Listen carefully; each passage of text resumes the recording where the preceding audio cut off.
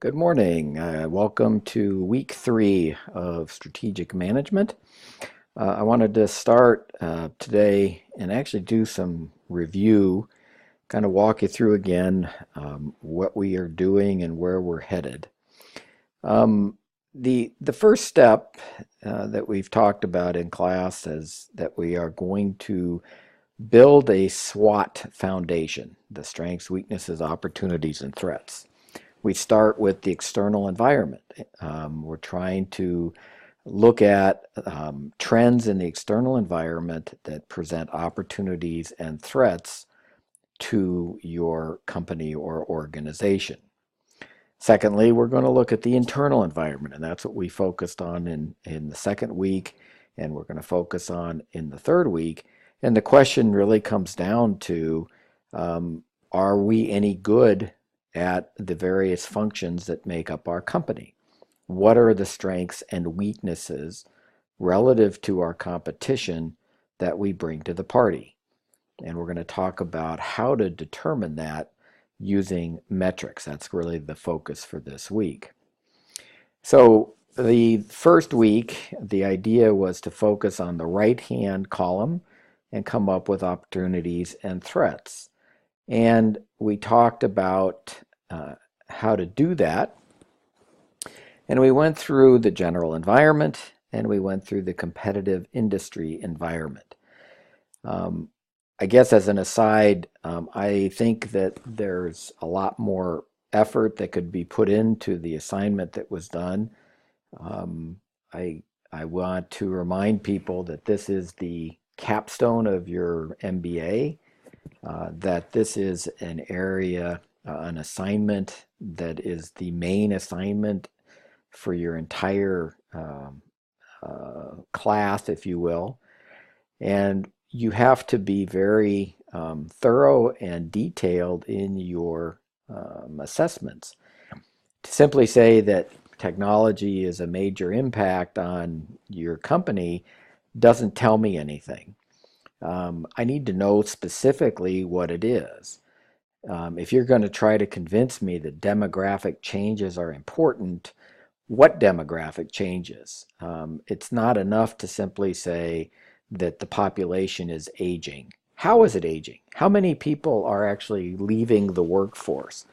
Um, if you're going to say that the millennial generation has different tastes and different sociocultural um, uh, uh, interests, what are they and how do you document that? Can you quote a survey that says millennials are more interested in freedom than they are in money, or millennials are more interested in immediate gratification than they are in long-term corporate development? And so my point is that there needs to be a lot more concentrated work done on these weekly assignments. And remember, theoretically, you are supposed to be convincing an executive management team of your strategic plan. And to do it with generalities is simply not going to basically work. And so we start with this SWOT analysis, the external side, and we should have worked on the internal side, the strengths and weaknesses. We flip that on its head to create this matrix, the TOES matrix, which tells us what are the opportunities and threats, strengths and weaknesses when you put them together, and you look at the 4 boxes. These are where we are trying to create recommendations and action items. Within each of those boxes, basically looking at the strengths, weaknesses, opportunities, and threats, and the action questions that are in each of those boxes, we're going to ask the following strategy questions. Once we have the foundation built of the SWOT analysis, we're going to ask the question, has the company chosen the correct competitive strategy given the environment and competitive situation? And we're going to talk about that next week. What is the correct business strategy? We're going to look within each of those 4 boxes, whether the company is competing in the right businesses, given the opportunities and threats that are present in the environment. In other words, are there areas that we ought to be going into either with new products and services or actually new industries? We're going to look at the international. We're going to look at entrepreneurial. Are we keeping our eyes open for new opportunities? Have we used the analysis and the framework that we've built to develop strategies and pursue entrepreneurial opportunities? And so that in each of these boxes, there will be a set of questions where we have a strength and where we have an opportunity. What strength can we use to take advantage of that opportunity? Do we have a business strength? Is there some strategy at the corporate level, international, that allows us to take advantage of a strength to deal with and take advantage of an opportunity? Is there a strategy in one of these four boxes that allows us to deal with a weakness or to overcome a weakness as we try to deal with an opportunity, and et cetera, et cetera? The whole point is that we want to try to come up with strategy recommendations that actually tie back to your strengths and weaknesses and opportunities and threats. It doesn't make any sense to try to take advantage of an opportunity by simply utilizing a weakness. If you need to upgrade that weakness to take advantage of an opportunity, that's the kind of strategic recommendation that we want to make. We worked on the external environmental analysis, and again, I want to encourage you to take seriously these assignments. You've got teams of 3 or 4 people to spend a combined 20 hours between the 3 or 4 of you on these assignments is what I'm looking for. I don't expect 20 pages a week, but there ought to be 4 to 5 good solid pages of content each week for each assignment. And when I say content, it's not, again, not just impressions or general overview type comments, but it's nitty gritty. So again, to use the demographic example, don't just say, hey, the demographics in the country are changing and there's more people retiring or there's more people, young people coming into the workforce. Give me the numbers. Get online, do the research, and tell me and convince me that that's a true statement. If you see global opportunities because the economies in China and India are growing, or Vietnam or Turkey or wherever, don't just say, hey, the Chinese economy is big. What does that mean? How many people are moving into the middle class? What size market is it? What's the average net income in China? How has that grown over the last 5 years? What is the trend that you see going forward? But be as specific and detailed as you can, because again, you're trying to convince management of your position and the recommendations that will be supported by those positions. So then we went from looking at the strength or the opportunities and threats presented by the external environment. If I could say one more thing, this isn't, you should look at every one of these areas. So for the general environment, you should look at these 6 areas, and then you should also look at the competitive and industry environment. Those 7 areas should all be covered in your assessments. Then we look at the internal value chain, and where the goal here is to determine what are the strengths and weaknesses of your organization. You have to, as your assignment, you have to determine what is the proper value chain. This is a value chain out of the book that is focused on manufacturing type organizations. For retail, it's going to be different. For e-commerce, it's going to be different. For companies, service companies, it's going to be different. Education, healthcare, they all have different value chains. Probably the support activities are generally the same, but the primary activities are going to vary. Generally, you'll have a marketing and sales and a service component to almost every primary activities, value chain, but you need to determine what is the proper value chain here. Once you've done that and you have the functions, I call them the functions, these are 9 functions of the organization, you then want to do external benchmarking. In other words, what is your true strength and weakness? How do you compare yourself to your competition?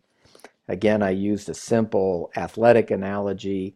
You know, if I'm sitting there and I can run a 10 flat 100, I feel pretty good about that. I go, wow, I'm fast. And that's fine until you compare yourself to your competition. If your competition is running a 9.3, then in a competitive world, you're not that fast. And so you better figure out that speed is not your true strength. And so the way to determine strengths and weaknesses is to look at those functions, develop an indicator for each function, and then compare that indicator to either a competitor or industry standard. Those same metrics that you develop for each of the functions in your internal value chain also gives you a way of determining whether you in fact are getting better or worse as you go through time. For instance, if you decide that you want to be better at inventory management, and so you want to improve your average inventory days, how much average time that a product or products are in inventory. Once you know that number, then if you look at that number over time, year over year, you'll be able to determine, says, hey, I actually am getting better.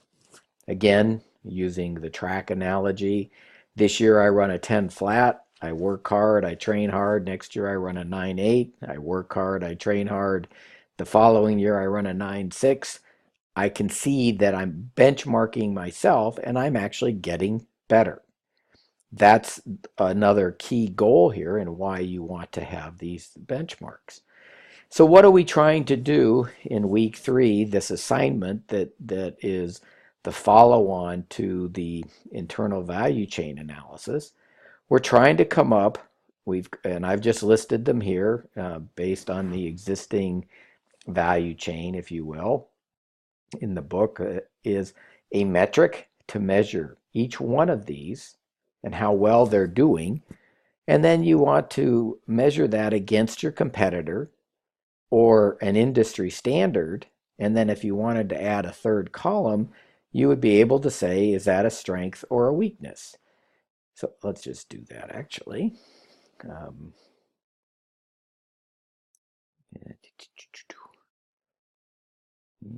we go.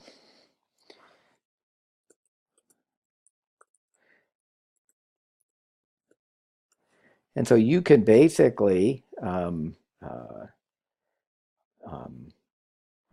come up with a table like this. Now this table is very hard to build, partly because not always will we see that the information is available, but we may not be able to find the right data. Our company may not have the data. Well, one of your strengths or one of your recommendations might be that we need to start tracking this stuff. But the idea is for each one of these areas, for each one of these functions, how do I measure it? What's my metric? How do I measure my competitor or the industry standard? And then from that, is this a strength or a weakness? Now, I like to use financial metrics for this, or ratios.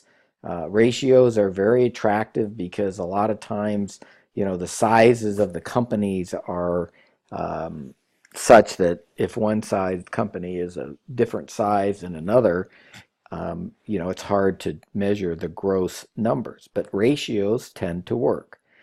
And so we want to look at different financial ratios, use the balance sheet or the income statement. Here's 5 types of financial ratios. You know, inventory turnover, days sales and inventory. These are the types of numbers that you might use to measure inbound logistics. Some of the other ones, profit margin, for example, net income over sales is a metric that you might use to measure the overall general administration. In other words, I call that the leadership. How would you measure operations? Well, you might measure operations by gross profit, i.e., how much does it cost for me? What's my relationship of my cost of goods sold to my revenue? Outbound logistics might be measured by something like how long does it take me to ship a product to the customer, for example. Marketing and sales might be a simple one of how much dollars do I spend on marketing sales versus how much revenue I get. Customer service might be measured by the number of complaints or where and brand name might be measured in brand recognition. You can actually find data on that. Technology might be measured in the number of patents received, for example, or the number of PhD scientists, or the number of new products introduced every year, something. HR, human resources, might be measured by retention or ability to recruit, how long it takes me to recruit. The point is, this is not easy, but you have to come up with metrics. Otherwise, I don't know how you can determine whether these things are truly strengths or weaknesses. There's ratios, net profit, admin costs. Another one, when you look at the general admin, what's the ratio of how much money I spend in general and administrative versus my revenue? How much, if I'm doing customer service, is there customer wait time, customer satisfaction in my operations? How many good parts do I get per 100 that I build? Or if I'm looking at customer service, how long does it take me to repair things? The point is that this, again, is not easy. You are going to need to come up with a metric for each one, and probably more than one metric for each one of the functions in your value chain. Now, the question, and I will say that finding competitor information can be difficult depending on what that metric is. So where do you find this information? The book in chapter 13 has a whole bunch of different resources that you can look up, page 428 to 433. There's lots of different places to find competitive information. Places where you can find industry information. I'm not going to go through all of them right now, but there's lots there. The other thing you can do is you can simply go online and do it yourself. And so here's, I'll start from scratch, finance.yahoo.com. And let's say you want to look at Apple. You type in Apple, and there's Apple right there. And here's a whole bunch of data. Now you can start with the financials, and you can note that this is annual and quarterly. But here you have, I tend to always look at annual just because it makes more sense to me. Well, here's their revenue year over year. So in 2015, their revenue was $233 million or billion dollars, went down, and it came back up a little bit in their fiscal year ends at the end of September. Their gross profit went from 94 down to 84, back up to 88.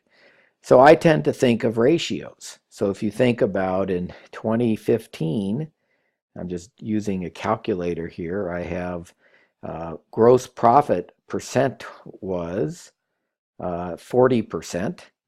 And in 2017, and I'm doing this roughly, it was 38%. So actually their gross profit went down. Now there could be all sorts of reasons for that. but that suggests that their operations, if gross profit, i.e. the cost of goods sold divided by total revenue, is in fact increasing, so that the gross profit percentage is decreasing, that may indicate some issues. Now, you say, well, okay, if you were to go in and look at Microsoft, if you thought that was your competitor, or Amazon, they'll have exactly these same numbers and you can compare them. If you want to look at, we talked about one of the functions being technology development. Well, here's one. Here's R&D. Again, you can look at the percentages. $8 billion and divide that by total revenue, or 12 billion and divide that by total revenue. That'll tell you that the percentage of R&D is going up. So the point is that you can look at these numbers on the balance sheet and on the income statement and come up with a whole set of potential indicators. Now, the other thing you can do, and I'm going to go to their website. So if you'll forgive me on this, if you go to the profile and you click on apple.com, you scroll to the bottom, and if you look for, on any of these publicly traded companies, the investors, that will take you to an investor relations page. Okay, hold on, hopefully my internet will speed up here in a second. And what you can do when you get to the investor relations page is click on SEC filings. And I tend to look at the annual report, and this will give you their annual report. And there is usually tremendous amounts of information in these reports in terms of the financial statements, the risk assessments, and everything else. The point is that there is a lot of information available. And so just to go back and finish up, you can find information, particularly for publicly traded companies, on Feline Financial sites, and the book has lots of examples. You can compare to the competitors using those basic metrics. And again, just to make the point, this is not meant to be easy. This is hard work. That's why I put you in groups, and I would expect you to spend a pretty good chunk of time figuring out how to make this all come together and to put the information and the detailed information available, make that information available in a presentation or a write-up that an executive management team could review. All right, thank you. I hope that's helpful, and good luck with your week 3 assignment.